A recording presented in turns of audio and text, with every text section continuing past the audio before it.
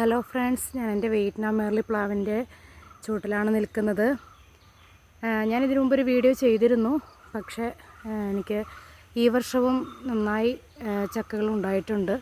ഏകദേശം ഒരു മൂപ്പായിട്ടുണ്ട്. അപ്പോൾ ആ ഒരു വീഡിയോ, അതായത് അത് നട്ടതും അതുപോലെ തന്നെ അതിന് ഓരോ ടൈമിൽ കൊടുക്കേണ്ട വളങ്ങളും മൂക്കുമ്പോൾ എങ്ങനെയാണ് അതിൻ്റെ മധുരം, അതുപോലെ തന്നെ അതിൻ്റെ ടേസ്റ്റ് കാര്യങ്ങൾ, ഇതെല്ലാമാണ് ഞാൻ ഈ വീഡിയോയിൽ നിങ്ങളുമായി പങ്കുവയ്ക്കുന്നത്. ഓക്കെ, നമുക്ക് വീഡിയോയിലേക്ക് കിടക്കാം. ഹലോ ഫ്രണ്ട്സ്, ഞാൻ എൻ്റെ വിയറ്റ്നാം മേർലി പ്ലാവിൻ്റെ അടുത്താണ്. 2-3 പ്ലാവുണ്ട്. അതുപോലെ തന്നെ കുറച്ച് വേറെ പ്ലാവുകളുണ്ട്. ഇതിൽ 3-4 വർഷമായിട്ട് കായ്ക്കുന്നതാണ്.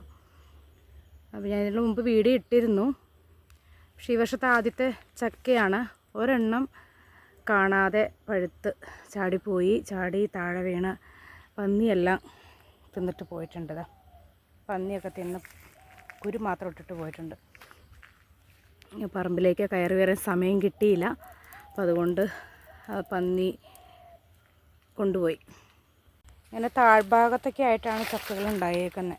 അതുകൊണ്ട് പന്നി തരുമെന്നൊന്നും നമുക്ക് ഉറപ്പില്ല. ഏത് സമയം നമുക്ക് പറമ്പിലൊക്കെ ഒന്ന് നോക്കണം. നമുക്കതിന് സമയം കിട്ടിയില്ലെങ്കിൽ ഈ പറഞ്ഞ പോലെ ചക്കയെല്ലാം പന്നി കൊണ്ടുപോകും.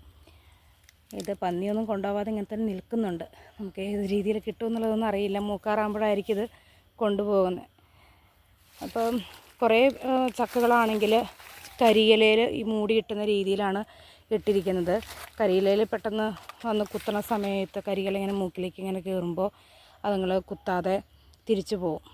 അല്ലെങ്കിൽ അതുപോലെ തന്നെയാണെങ്കിൽ പെട്ടെന്ന് വേറെ ഒന്നും കണ്ണിപ്പെടാതിരിക്കാൻ വേണ്ടിയിട്ടായിട്ട് അങ്ങനെ ചെയ്യുന്നത്. കുറേ നാളുകളായിട്ട് നമുക്ക് കിട്ടിക്കൊണ്ടിരിക്കുന്നതാണ്.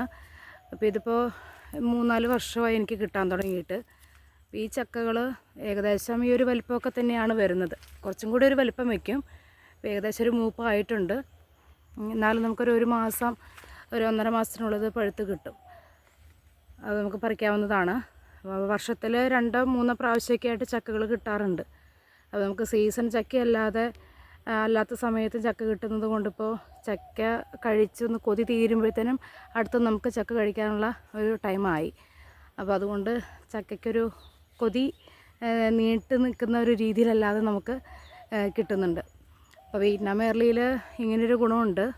വിയറ്റ്നാം മേർലിന്ന് മാത്രമല്ല, ബഡ് പ്ലാവുകളിലെല്ലാം വരുന്ന അത് ഇങ്ങനെയൊരു സീസൺ ചക്കകളാണ്. അതായത് വർഷത്തിൽ 2 അല്ലെങ്കിൽ 3 പ്രാവശ്യമൊക്കെ ആയിട്ട് ഉണ്ടാവുന്നതാണ് ഈ ബഡ് പ്ലാവുകളെല്ലാം വരുന്നത്. അപ്പോൾ ഏത് ബഡ് പ്ലാവ് വെച്ചാലും ഈ ഒരു രീതിയിലൊക്കെ തന്നെയാണ് ഞാൻ കൂടുതലും കണ്ടിരിക്കുന്നത്.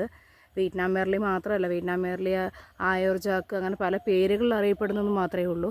ഇതൊക്കെ ഏകദേശം ഒരേ ലെവലിൽ തന്നെയാണ്. പിന്നെ ചക്ക വെറൈറ്റികളുണ്ട്. ചുളവലുപ്പമുള്ളത്, ചുവപ്പുള്ളത്, അതുപോലെ തന്നെ നല്ല മധുരമുള്ളത്, ചക്ക ചുളയ്ക്ക് കട്ടിയുള്ളത്, കട്ടി കുറവുള്ളത്, ഇങ്ങനെയുള്ള കുറച്ച് വെറൈറ്റീസ് ഉണ്ടെന്ന് മാത്രം. പക്ഷെ കായ്ക്കുന്നതെല്ലാം ഏകദേശം ഈ ഒരു രീതിയിൽ തന്നെയായിരിക്കും.